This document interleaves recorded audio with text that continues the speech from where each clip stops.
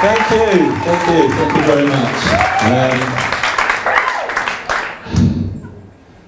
Sorry, before I start, there is something I really need to share with you, and it's a secret that I've been carrying around for quite some time, and I know this is going to come as a shock to some of my friends who are here, but I need to get it off my chest.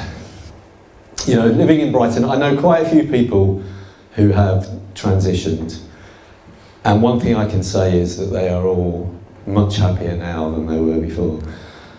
And I have to tell you, ladies and gentlemen, I no longer identify with my date of birth.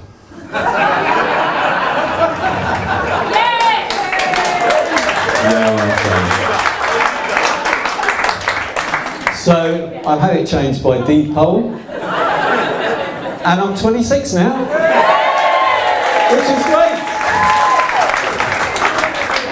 Because before I was 26, I was 54, and that was not great. You know, people would say to me, Steve, mate, don't worry, 50s, they're your new 30s. These were people generally in their 30s, full of shits and giggles because they're the new teens or whatever they think they are. And I would say, no, 50s are not your new 30s, and I will tell you why. I'll give you 3 reasons.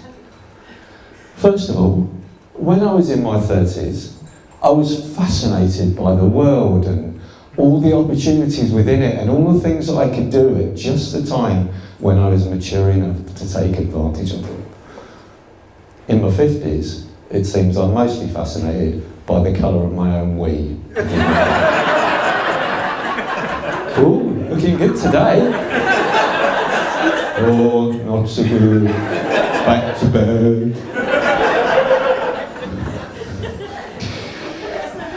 When I was in my 30s, ladies and gentlemen, I used to pride myself on doing 100 sit-ups before breakfast.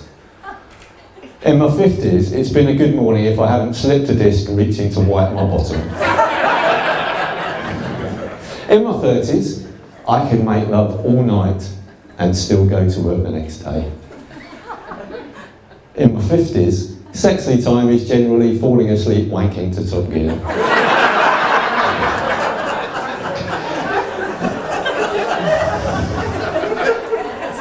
Oh, that rich Hammer. You know, when you're in your 50s, you suddenly realise that every time a celebrity dies, it's somebody that you've heard of. And we've had a few people die this recently, and I just want to pay tribute to one of my heroes, Stephen Hawking. An amazing man, fabulously intelligent, but more than that, an absolutely wonderful human being.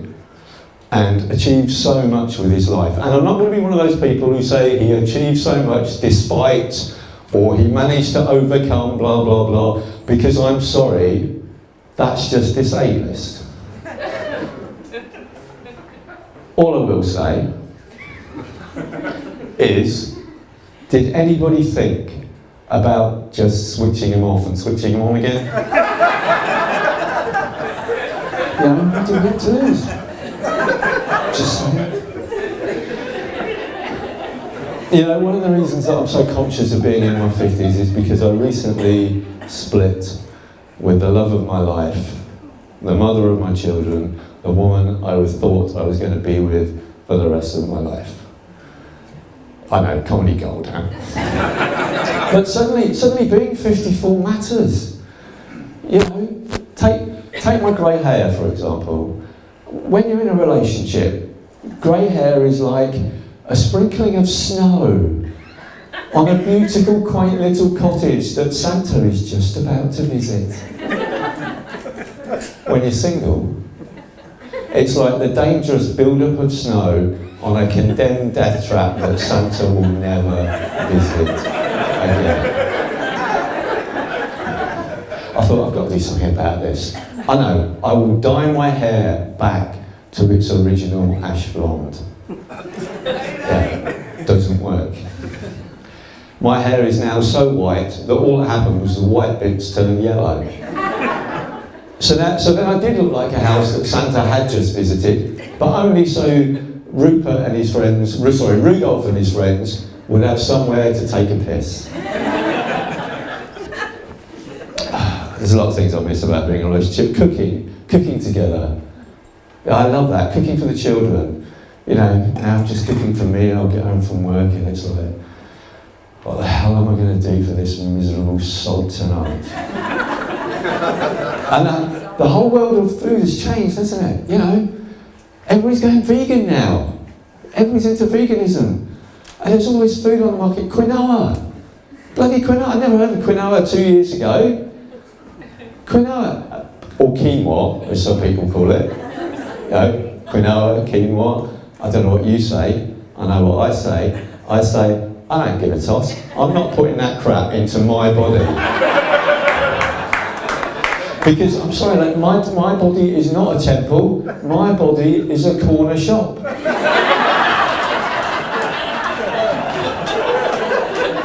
You know, that bloated feeling, you know, feeling tired all the time, farting, I love it! It's one of my few remaining pleasures, don't take that away.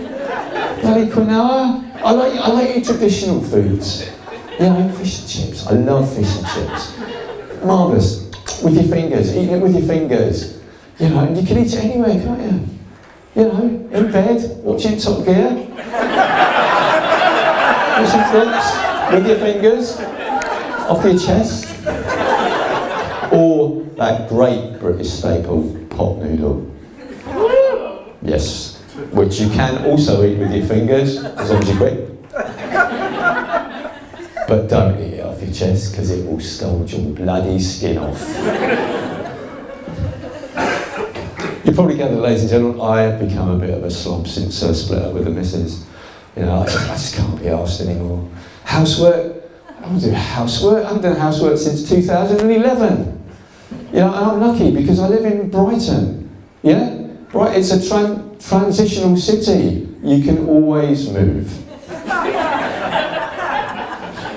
And washing, I don't bother washing my clothes anymore. You know, I don't know about you, I can't afford a washing machine. And at 54, I'm not lugging a big bag of rancid clothing down to the laundrette once a week. But again, Brighton to the rescue. Charity shops, there's hundreds of them.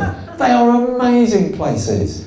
You go to any charity shop at about 2 in the morning, there's clothes just strewn around the doorway, you can just pick what you like, you're bound to find something in your size. And they do an exchange, you just tip your own rancid clothing in replacement and walk away. It's amazing. Ladies and gentlemen, you've been fantastic, thank you so much for coming. My name's Steve Coulston, enjoy your evening. Hi Steve. Hello. How are you getting on? Oh, great. How are you feeling? Oh, I loved it. I'm just feeling on a high. It was fantastic. Was it what you expected? I don't know what I expected really. It was there were a lot more people than I thought there'd be. It was quite frightening. There's people in there that I know. But when you're on stage, you kind of suddenly you're in your own world. And it just flowed and it was, I loved it. I've loved the whole 8 weeks. It's been fantastic. Brilliant. Very pleased to hear it. I think you got your first round of applause within about 15 seconds around changing the date of birth. Yeah, did you expect for that joke to have as much an impact? Yeah, that was the first line I knew was going to get a laugh. Yeah, I didn't know how big, but yeah. And what had brought you on to a comedy course originally? It was something I wanted to do for years. And then Sarah Charsley, who was on the course a couple of years ago, I know her, and I know Debbie, who unfortunately couldn't make it tonight, and Sarah knows Debbie as well, and she kind of persuaded us to do it. And because there were two of us, I think we kept taking each other on. And it's definitely something that you'll keep on doing, I imagine. Absolutely. I've got a gig on Tuesday. I've got a gig at the end of the month. I'm just going to do as much as I can now. Brilliant. Well, you had an absolute blinder tonight. I mean that. It was an absolute fantastic gig. Well done. Thank you very much.